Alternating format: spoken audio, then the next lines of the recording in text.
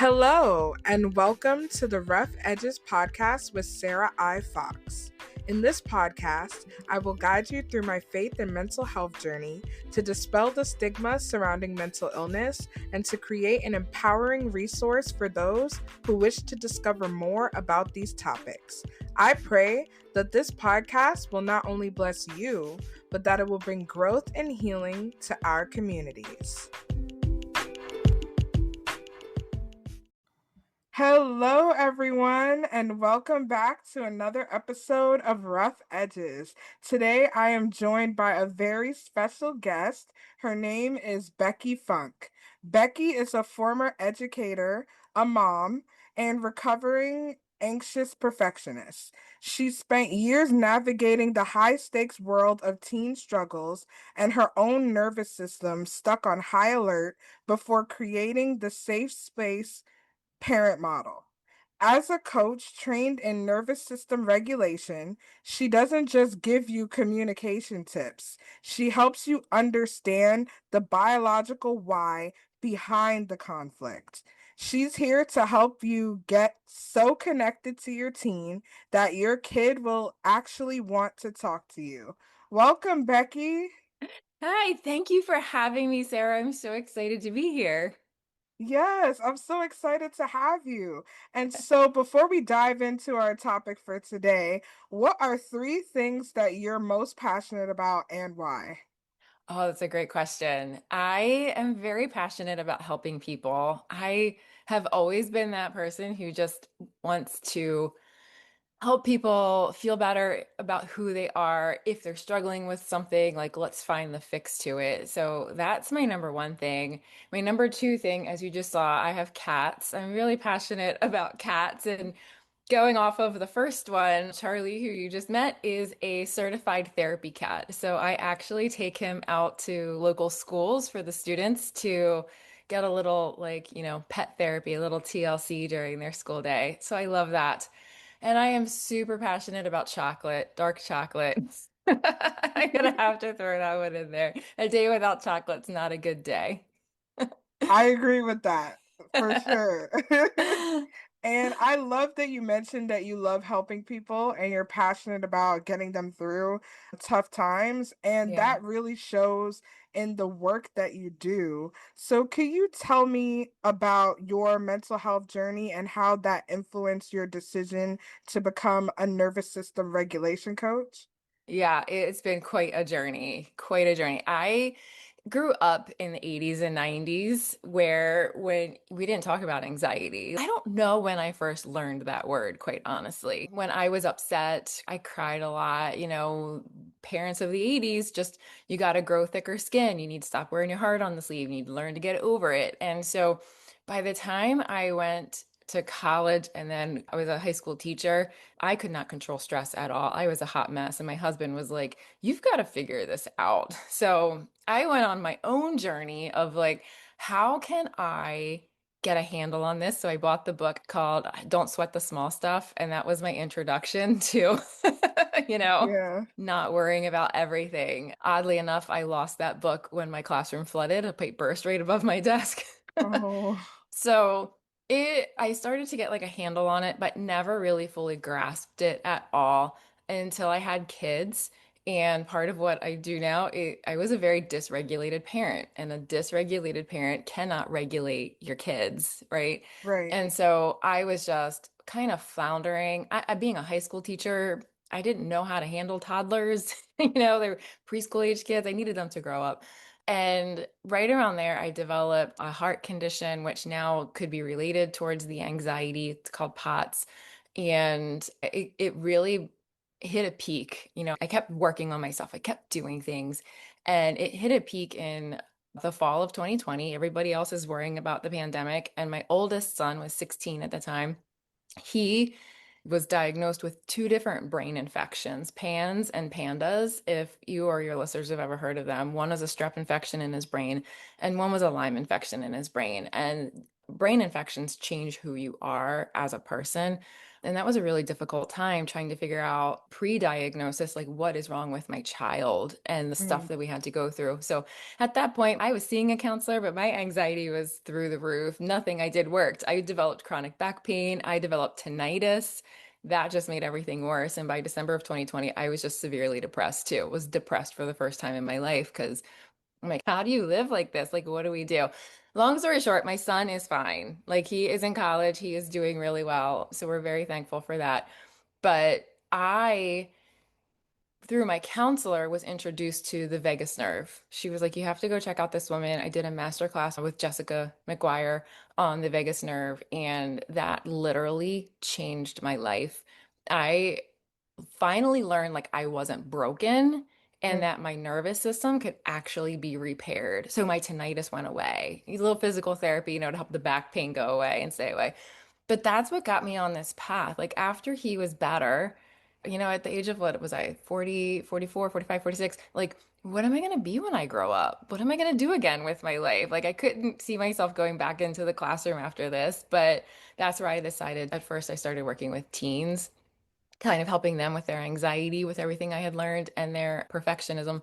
And then that just morphed into parents because really the parents need, like I said earlier, dysregulated parents are going to cause dysregulated kids. So I started working with moms to get to the source and just did a nervous system regulation course this spring, which was phenomenal. And now I'm so excited. Like I am learning more stuff and I am able to show up better and I'm able to help my parents who are struggling with showing up in a way that they can care for their kids well, able to teach them these things and do it. So, I think we all use, well, I shouldn't speak for everybody, but I know for me, like the things I've gone through and learned, I want to be able to help somebody else with that. That makes it worth going through. Yes. Yes, absolutely. And I just love how your story really shows that resilience could definitely be a component in your mental health journey. Because a lot of the Yeah. times, like when we go through these hard things, it could seem like there's no way to actually live through it and get through it in Yeah. the moment, you know? And even you were Yeah. saying, like, how could I continue to live like this, you know, in Yes. that particular moment. But I love the resilience aspect in your story and the fact that you turned that pain into purpose and you were able to help other people in the process. I just love Yes.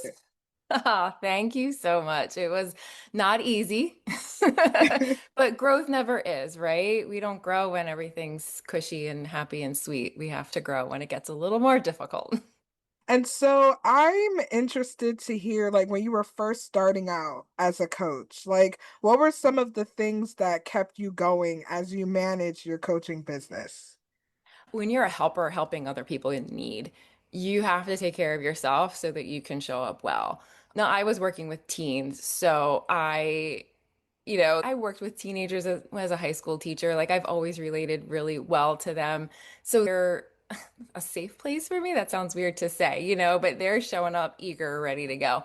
But I need to make sure that I was also showing up well. Because if I have a bad day, then I'm not going to be the person they need me to be in that situation. So I had to Right. learn again how to care for myself and take care of myself in my nervous system stuff since I do have anxiety. But I'm not going to say it ever really goes away, right? I'm just kind of prone to that.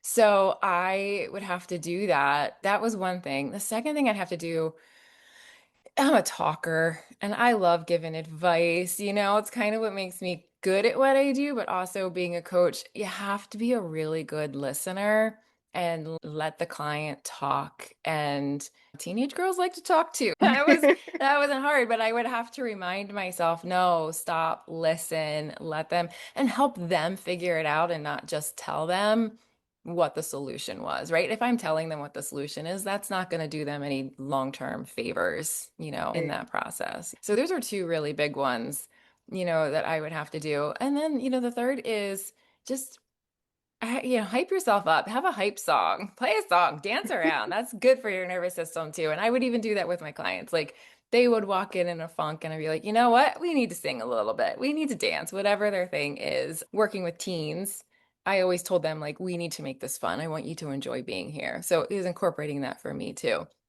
Now that I work with moms of teens, that doesn't change. Like, they're a little bit more closer in age, so I don't have that kind of going on with me that I had with the teenagers, but I still so much love working with them. But I need to make sure whatever argument I just got in with my kids, as they were not cleaning the house and doing their chores or whatever, I can't bring that into my session. I do a little regulation technique to get centered if I need to, maybe a little hype song if I need to pump myself up and give me a little bit more energy. But it's definitely, I think, the three big things that I bring into my coaching before they even see me.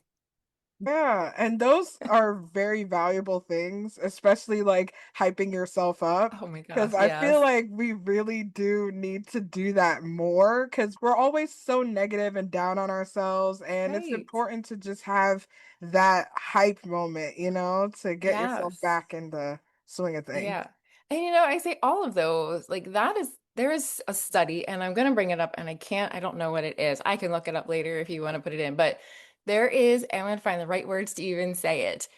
Those songs from your youth, before I think the age of 29, I think is what the studies say, they have this regulating technique to them. So when you're playing them, you ever notice, like, you can imagine yourself singing to this song from your youth, the windows down, you're cruising. That is a great feeling, right? And Hmm. so we can tap into that when we bring back some of those songs from our youth that we just really love. It pumps you up, it energizes you, and it's regulating you at the same time, which is a double bonus. Yes, and also just the nostalgic feeling is Gosh, another yes, bonus to it as totally. well. Like sometimes I would listen to a song that I really loved in childhood and it would just bring back so many good memories. Like it's just such a wonderful thing. It really is. It is. Yeah. So, in your work as a coach, what is the most rewarding and the most challenging parts of the job? The most rewarding is when I'm thinking of one particular client, and I'm going to keep the information a little close to heart. But so I still have a teen client, and that girl just shows up and does the work. Sometimes teens get a bad rap that they don't want to do anything, and they do need a little bit more and a little different motivation.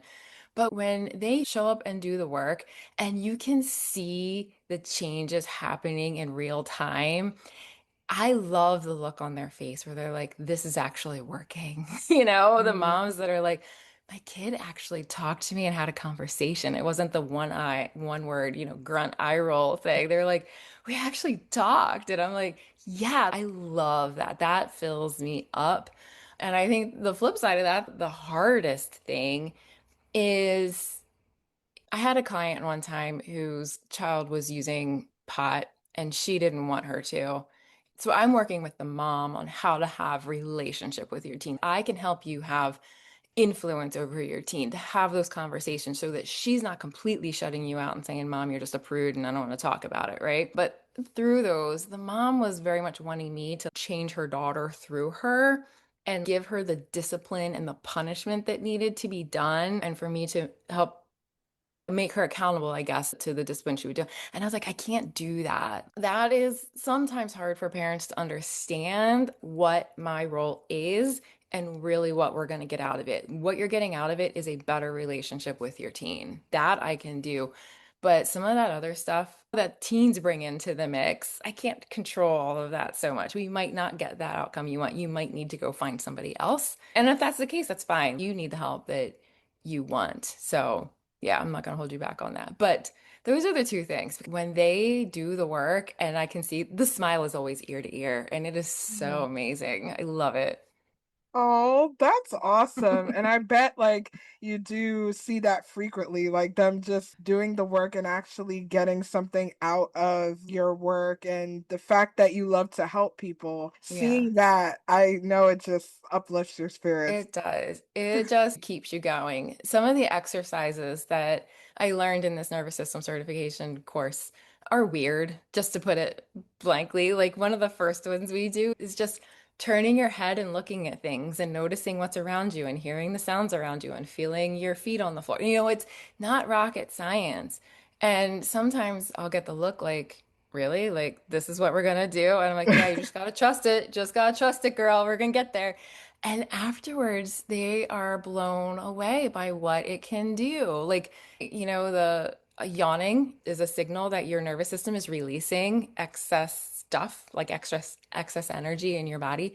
And they'll start yawning uncontrollably. And I'll be like, yep, that's because it worked. It's doing its thing. And so that is just, I love those little moments, too, of like, them realizing like this little weird thing that I just did is actually going to help me calm down. Mm, yeah, wow. I'm glad that, you do have those moments that are just uplifting and helpful in your work. And I also would love to learn more about just regulating the nervous system. Like, if someone wanted to learn more about that, what would you say is the first step? The first step is and the first step I do with every client, and I even have like, it is so powerful that I offer it as a standalone course, just as a little, sometimes that's just what you need. A lot of my clients are like, this was game changer. It's just understanding the three different states of your nervous system. So, what I learned as the window of regulation, you will also hear it called the window of tolerance. That's where we can go through our day and we can deal with the 50 emails that we got and our kid asking for permission slips to sign and I have a project due tomorrow and we can like, okay, let's just get it done. That's called your ventral vagal state as well. Then there is our sympathetic state, and this is where we go into a state of hyperarousal. So that's now where all of these things, the project is due, the slip needs signed, you have emails you need to respond to, dinner needs to be cooked. Now you're getting agitated, you're getting worked up, you're getting irritable, you're getting angry, even, you're snapping at you. Just give me a second to figure this out, right? That's our sympathetic response state. And a lot of times, there's like shame that comes with that because, well, now I just blew up on my kid. Well, gosh, now I'm a horrible mom, right? But no, that's just your body's way of producing the energy that it thinks you need, right? Because your brain cannot tell what's really going on outside of this skull that it's housed in, right? It's relying on all of our senses to send the information to it. So, it's just making predictions about what is happening. So it's starting to feel all of these cues that are coming up and it's saying, oh, there's danger. We need extra energy so that we can fight or flight, right? So we got to do. But we're not fighting or flighting. We're not staring at a bear, right? That's about to chase us down. We're just dealing with everything life is throwing at us in the moment. So let's take the shame away from what's happening there. That's your hyper aroused state or what's called your sympathetic state.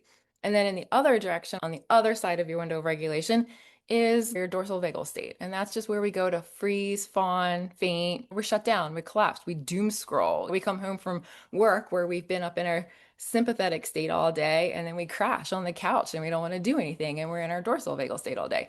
It's just your body, it's your brain making predictions about the signals that your body is sending up to it. And with that information, there are ways that we can bring you back into your regulated state. Your window of regulation can shrink. We can widen that up. It's not broken and you'll be fine. It's literally just your body responding with the energy that it thinks it needs. We just need to change the cues that it's getting and let it read those cues better. So that and a little couple other things are mapping the states like specifically for each unique individual. It's different. That usually they walk away with, oh my gosh, this is exactly what's going on with me. This is exactly how I'm feeling. And just knowing that and that you're not broken and that there's a path out is just so huge for so many people. I learned so much in Did this short space of time. I love It's it? especially about the sympathetic state Yeah. and, like, you being there, because we don't really think about how much our brains are actually doing throughout a Right. given day, and the Yeah. fact that you said we could be all the way up here and then not really realize that, okay, we need to actually get that regulation going so that we don't go into fight or flight or freeze mode when there's Yeah. really no danger going on and it's just you being overstressed. You Right. I also love your work with the safe place parent model. Can you tell Mhm. me what that is and what was your process in developing it? Yeah, so that was after working with teens for so long and realizing it's really the moms that need the support so they can show up and support their teens. Like that's really going to get to the heart of it. And so I started developing it, playing around with like what would that look like. So it comes down to a framework, the safe place parent model, where we first notice who we are. We notice our triggers. I do an Enneagram test with my clients so we can figure out exactly how they're wired. If you're not familiar with the Enneagram test, it's just a personality test, but it kind of tells you why you act the way you do. And so we incorporate that in and we figure out what is it that's setting them off. One mom noticed she's always triggered when they're late somewhere. So, okay, then, we work on changing that. Hello again. Before you dive into the rest of today's episode, I just wanted to say thank you so much for your support and for hitting that play button. If you want to expand on that support, here are 3 ways that you can do so. 1. Leave a review. If anything in today's episode resonated with you, or you would want to share about how the podcast changed your life, you can do so by leaving a review on Apple Podcast or Podchaser. 2. Check out our shop. The Rough Edges shop is a faith based, women of color owned online shop where you can get a variety of products from tote bags, journals, t shirts, and more. 20% of the proceeds go to a mental health organization. So check it out at roughedgespodcast.com/shop. 3. Connect on social media. Rough Edges is on a wide variety of social media platforms, including Instagram, Facebook, YouTube, TikTok, and more. If you want to connect outside of listening to the podcast episodes, you can do so on these platforms. If you have any questions, you can check out the episode description or stay to the end for more information. Now, enjoy your episode. The second part of the framework is regulate. So now we're working on regulating your nervous system as a mom so that you can show up more regulated, working on regulating your conversation and your interaction with your teens. So when they come to you and say, I failed a test today, mom, you can show up and be like, okay, that's fine, and not like, why didn't you study? What were you thinking? So that Yeah. part is regulate. And then the last part is connect, where I teach the parents how to really connect with your teen. Like we as moms think we know how we want to connect with them, but as teens it's just very different. So it's I help them bridge that gap and I pull into that like a lot of developmental science, adolescent development with teens, like what is actually happening. A lot of them pulling away actually is them getting ready to leave. It's a normal thing that they have to do. Let's not Mhm. take it personally and see it for what it is and help them go. And then those three things together make you, as a mom, the safe place for your kid so that when life gets hard for them, you're the first person that they come to. Because I think that's what all moms want is to be that first phone call. There's reels about that. Like dad is still grabbing his keys and mom's already halfway there. Yeah, and I find that model very helpful, but it shines a light on the importance of having that connection between the parent and the teen.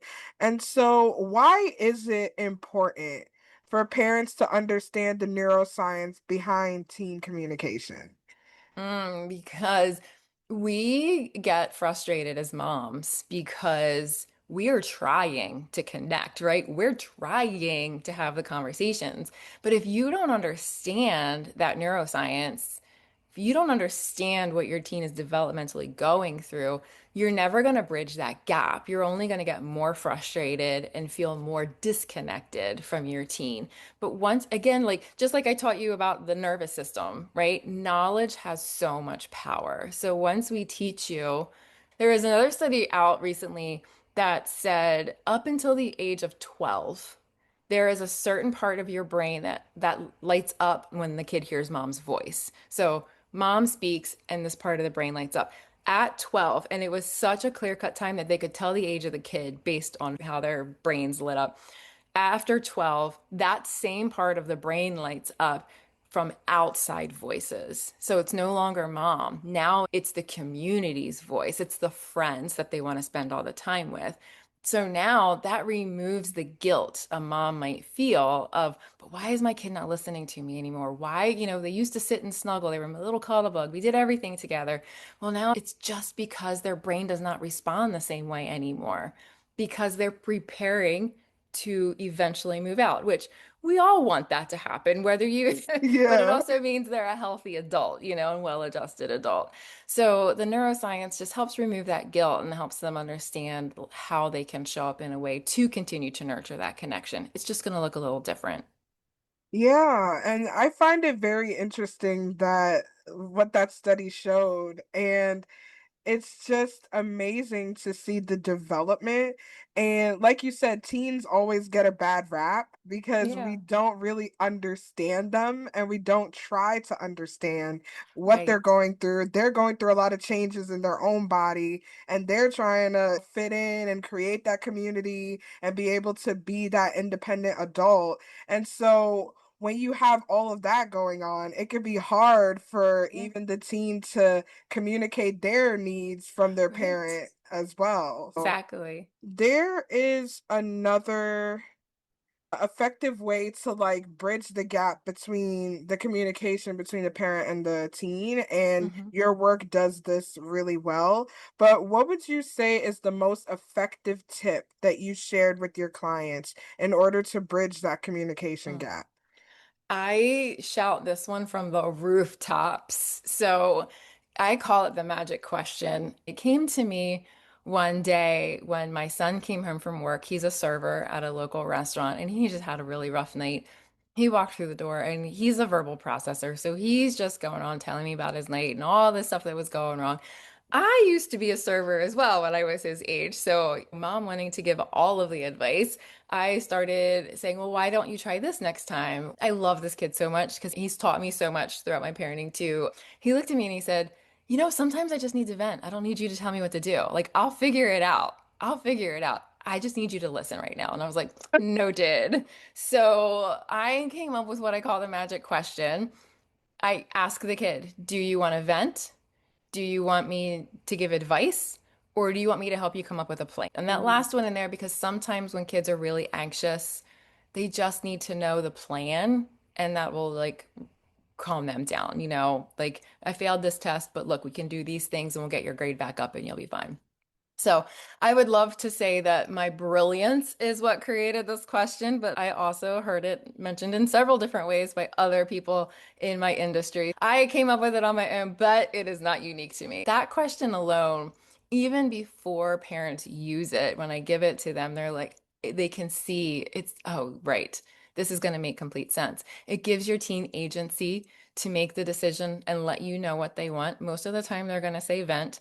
And the hardest part as the mom is you have to listen to what they say. Mhm. So if they're choosing vent, you just have to keep your mouth shut, bite the tongue, don't give advice, ask questions about, be curious and say, oh, well, how did that work out? Or something just to kind of keep the conversation going. But that is the big one that I give straight off the bat to my clients, and they find a lot of reward with that.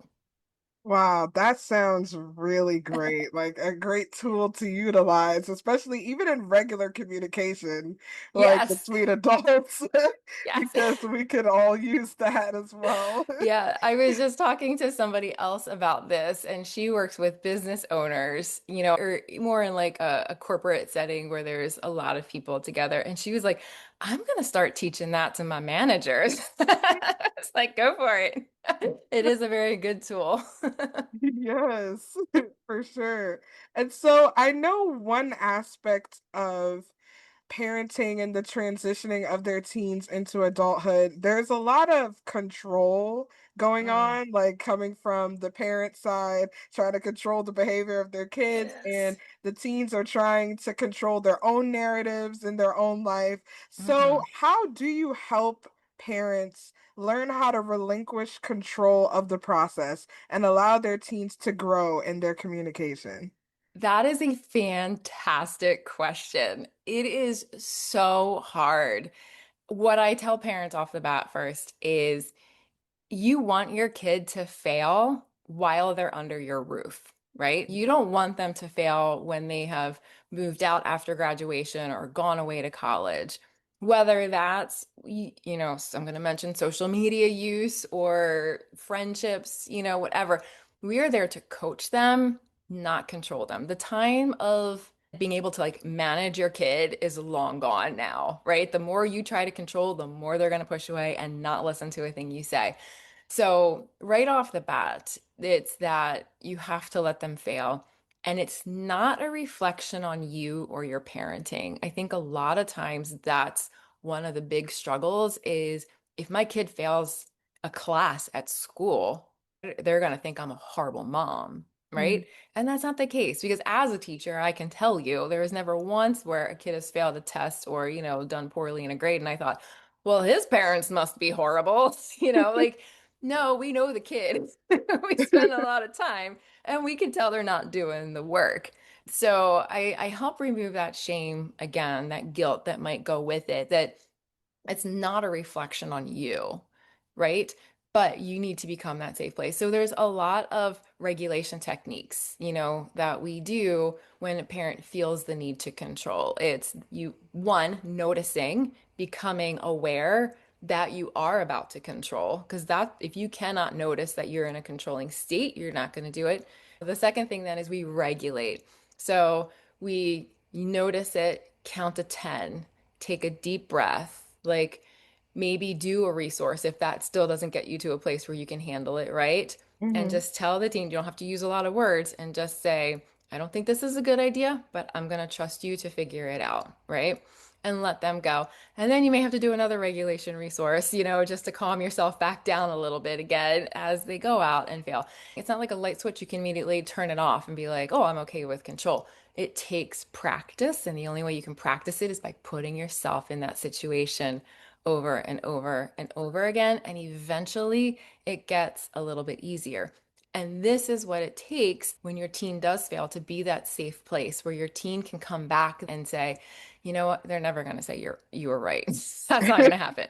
They're going to come back and say, I did this. I went out with my friends and, we were drinking, we were smoking weed, and I really shouldn't have done that. And you can say, okay, I'm glad you told me. What did you learn about it? You can have that conversation then because now you've become that safe place. When you're controlling, you cannot be that safe place.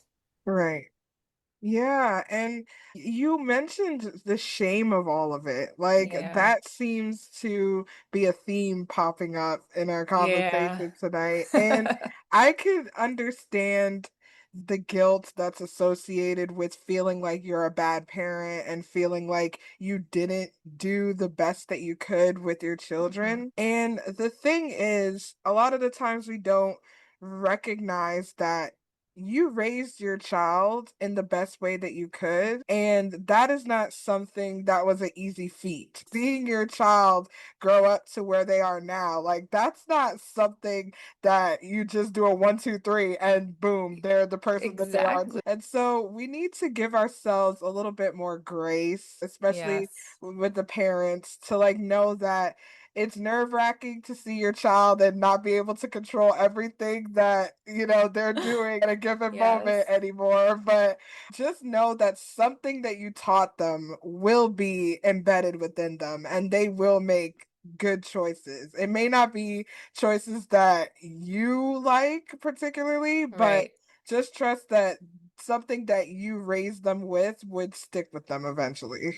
And Sarah, that is so true. And I think like we worry as parents when teens will push boundaries. They have to because they have to make their faith their own. They have to make the family values their own. They, Right. they need to test it out to make sure that they agree with it too. 9 times out of 10, they come back around, especially if you are that safe place, and you just let them try it out. And the other thing is, so many kids are anxious today. The studies are showing it, and it's the words they use. So many kids are anxious, but when we're controlling everything, we're not giving them the opportunity to build resiliency. Yeah. If we don't let them figure it out on their own, they're never going to think that they're capable of it and they're going to stay anxious. So sometimes even just knowing that fact is enough for some moms. Take the guilt away, take the shame away. You're not a bad parent, but they actually need to do this. You taking the control away and letting them do these things is going to make them a stronger human being. Yeah, absolutely. And even on the flip side, you mentioned the anxiety. I love that you mentioned in your bio too that you're recovering from Yeah. anxious perfectionism. So can you tell me Yes. a little bit about what anxious perfectionism is and how have you seen that show up with the teens that you worked with? So we talked a little bit. I mentioned the Enneagram earlier. I'm an Enneagram 1. I am a perfectionist, meaning I want to be seen as good and right in everything that I do. And I have the gift as a perfectionist of being able to see broad strokes. I see mistakes everywhere, like they jump out at me, but I can also very easily put a big plan in place, right? To fix all the mistakes. If everybody would just listen to me, everything would go much smoother. But with that comes this need to control everything. And when you're trying to control everything and everyone, that's just setting yourself up for failure. You're not going to enjoy life. You're going to become anxious because in those situations where you do make a mistake, what does that tell you about yourself, right? Nothing good. So it's been a long journey and a long process for me to understand that this is how I'm wired, but it's also a gift. So I don't want to think of perfectionism as just it's this bad thing we need to not attain. Like, don't go there. It's a spectrum, right? Where am I falling on the spectrum? When I'm a little too far to the it's taking over my life aspect, that's also when my anxiety is raising a little bit, right? When my son was really sick, I wanted to control everything and I wanted all of the answers and I would research and I would try to find things and you literally just could not at the Mhm. time, right? And that was really hard. And that was part of the contributing factor to my anxiety of I need to be able to fix this and I can't. So I've taken a lot of that into help when I was working with teens. It would show up. I would have a perfectionist client and she was in an extracurricular activity with other students. And she would show up ready to do the work, wanted to be the best that she could, right? Needed to be seen as good and right as well. And everybody else would be goofing off. Mm. And so that was causing her frustration and anger and contributed to her anxiety because we talked about the nervous system earlier, right? That frustration and that anger is when you're in your sympathetic state. That means your body is increasing the energy because of the situation and it's detecting some kind of a threat, not really a threat, but it's detected as a threat. And so it was being able to show her that not everybody's wired the same way, right? There are other personality types that show up in the world, and literally their goal in life is to have fun. The fear of missing out. They are going to do everything they can to have fun. And again, she was able to see okay, it might be worth showing up and having some fun sometimes too, and trying to kind of bridge that gap. So it's helping them find out where they are on that scale and then giving them the tools to be able to bring themselves back down where they still have their gifting, but it's not coming out in a way that's causing the anxiety, if that makes Hmm. sense, right? Not moving up that spectrum at all. In the same way with parents now that I'm working with, I have some perfectionist parent clients, and that comes out really hard parenting teenagers because there's the control again that we talked about. I need to do everything right. That's probably why I was mentioning a lot of this stuff is because it's how I am or was as a parent and the parents that I work with. I think that's why they're attracted to working with me. It's finding where that is on that spectrum and then realizing when you're kind of getting a little too far and then pulling yourself back down into your window of regulation where you're operating optimally, right, in your gifts. I Huh. mean, like, it's so true. And I just love that you use the Enneagram too to Yeah. like see people's different personalities and archetypes and stuff like that. I'm a 6. I wanted to be a 1 so bad Oh, did because you? like because because like I'm also a perfectionist and I love what you Yes. said about it being a spectrum because we always think it's something bad that we have to get Right. rid of. And Right. I've struggled with that too, where it's like I don't want to be a perfectionist, but then again, it's kind of an asset in some Yeah. ways, you know? Yeah. Yeah. Sixes, man, you guys are great on teams because you can see the holes everywhere. I see the mistakes everywhere and I come up with that like broad plan. But you guys are like somebody, some Enneagram 3, like visionary person's gonna come in and be like, we're gonna do this grand thing. And you'd be like, hold on a second, have we thought about this and this and this and this? And that's such a fantastic tribute. But again, like with you, you can probably get into that worst case scenario thinking very quickly too. I love Absolutely. sixes. It's all over the place. So like Yeah, it's hard. It's hard. But I love sixes. You guys are so loyal and sweet. oh, thank you. But I did Yeah. want my goal was to be a one, and then I I took love the that. quiz like about 5 times, and I always Yeah. ended up with a six with a five wing. And Oh my so gosh. yeah, and so I'm I like, okay, I'm just gonna accept it. I did that too though, because I have a wing nine. And I Okay. was like, I'm pretty sure I'm a nine. I am not a one. I'm gonna take this test and I'm gonna make it say a nine. I could not. Every single time I kept making it a one. I kept coming out a one, and I was like, well, okay then. I guess I am. I'm gonna own it now. Yes. Absolutely. And I also love in your work, you uncover a lot of, like we were talking about the shame and the guilt and Mhm. everything with motherhood. So, what advice would you give a mother who is learning how to manage her mental health and how to navigate communication with her teen for the first time? That is a big and great question. The advice I would give is one, every mom listen to this right now. You are doing a fantastic job. If you are worried that you are not doing a fantastic job, if you're worried about your relationship with your teen, if you're worried about that means that you care and that you're aware and you are already doing a great job, right? The second thing is just use the magic question that we talked about earlier, and that will start to bring that connection back. I had a parent ask me one time, I think I lost trust with my kid. Will I ever regain it? You Mm. absolutely can. It is possible. My 16-year-old that I mentioned earlier hated me. He hated me before his illness, and now he's my biggest fan.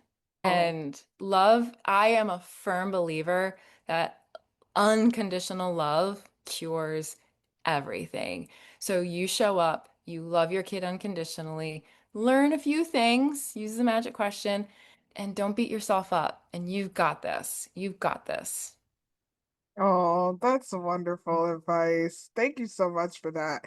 And Yeah. as a nervous system regulation coach, what are one or two mental health stigmas that you'd like to change and why? Oh, this one is gonna shoot me in the foot. Y'all aren't anxious. You just need to lay off the caffeinated drinks. Like, put the bangs, put the monsters away. No more Celsius. Drink a little more water and get some sleep. You're gonna feel much better. I called that the big six when I was working with my teen clients, and they were like, "Oh my gosh, I'm not jittery anymore." I'm like, "Yep." Anxiety is definitely a big thing. And I think a lot of parents are not allowing their kids to build resiliency, like we talked about, and that is increasing anxiety. It is something that can be fixed with a few things. And I think that we just need to wake up to that a little bit and stop labeling everything as anxiety. If you have anxiety, I definitely fully believe in medication. I obviously very fully believe in nervous system regulation. Like, get the help that you need. But if you're drinking 4, 5 energy drinks or coffees and not sleeping at night and not eating regularly and on your phone all the time and not getting movement or sunlight, like you're gonna feel anxious. So, just try that maybe first before you hop onto a med. But I am not a doctor and I'm not giving out any medical advice. It's just I think a lot more of us are identifying as anxiety and we aren't really anxious. And that leads me to the second piece of mental health, I think, is we tend to identify as our feeling, right? I started learning Irish. I was teaching myself through Duolingo. And what I love about them is when they say, I am sad, it's not I'm sad, it's I have sadness on me. I Mm, have hunger on me. I have happiness on me. And if it's on you, you can very easily remove it, right? You're not identifying as it. So words matter. Words matter. I know I said it too. I was depressed, right? I wasn't. I was feeling depressed, right? Mm-hmm. That's probably not a great thing because there's people out there being like, no, I am. Like, it's a thing. I get it. That's not what I'm talking about. That's not what I'm talking about. But when we get in those kind of like down on me states, right? If you're in that dorsal vagal state and you're feeling very low and you can start to tell yourself some really bad things, right? I'm a loser. You're not. You're just feeling low right now. So let's do something to bring you back up, right? I don't think we have to identify as those things. Well, I hope these questions don't make your listeners mad. But I'm No, kind of that passionate about those. No, that's actually a great point though, because a lot of us use mental illness as a personality trait Mhm. when it's not actually that. It's you, like you said, you're feeling depressed or you're Right, feeling anxious, not I am this and that's right, all I'll ever be. And that's right. something that I also had to work through when I got diagnosed with bipolar disorder, just Mm, like adopting that condition on myself and saying I mm. am bipolar. And it's like, no, I have it. I'm not identifying with it. So I think that that's very important. And also, it kind of leans into self diagnosing as well. Because a lot of the Mm-hmm. times we do like look up different symptoms online and then we say, well, I guess I have this. And, we need to Yeah. consult medical professionals Right. and psychological professionals. But I do really love your point about identifying with it because that could take some of your power away because you do feel Yes. like, oh, I don't have this thing. I can't manage it because that's all I am, you know? Right. Yeah. You said that so much more eloquently than I did. Thank you, Sarah. You got We're it. tag teaming it. We're tag We teaming got it, girl. it. I love it. Yeah, Becky, it was such a wonderful time speaking with you. But before we go, I have one final question for you. What are some uplifting words that you'd like to share with someone who is struggling with their mental health? You're not alone. And it's okay. Reach out to somebody and get help. There's no shame in that. I think it actually takes a very brave person who's struggling with their mental health to take that step forward to start to get answers and whatever that might be, whatever that path is. And if it's hard to do that, then ask someone to do it with you.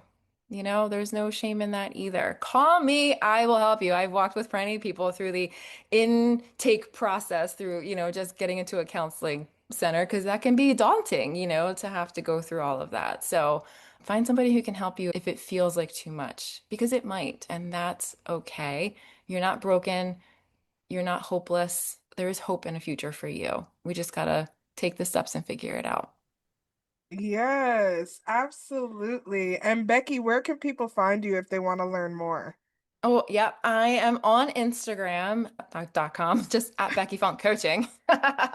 Or you can find me on my website, funk.com, and there you'll find some free resources. So if you're a mom of teens or preteens or even just littles and you want to know what you're getting into, you can download some of those free resources there and kind of get a head start on that or kind of take that first step to bridge the gap, to get that connection back. Absolutely. And everyone, like, definitely check Becky out. You're going to want to use the magic question in all your Yes. conversations going forward. You got it. But I will link all of the places that you're at. I will link them in the show notes below. And everyone, stay tuned for more empowering episodes on Rough Edges. Thank you for listening to another episode of the Rough Edges podcast with Sarah I. Fox. If you want more updates on the podcast, you can follow on Instagram at rough.edges.podcast, or you can visit the official podcast website at roughedgespodcast.com. Thanks again for listening and have a wonderful day.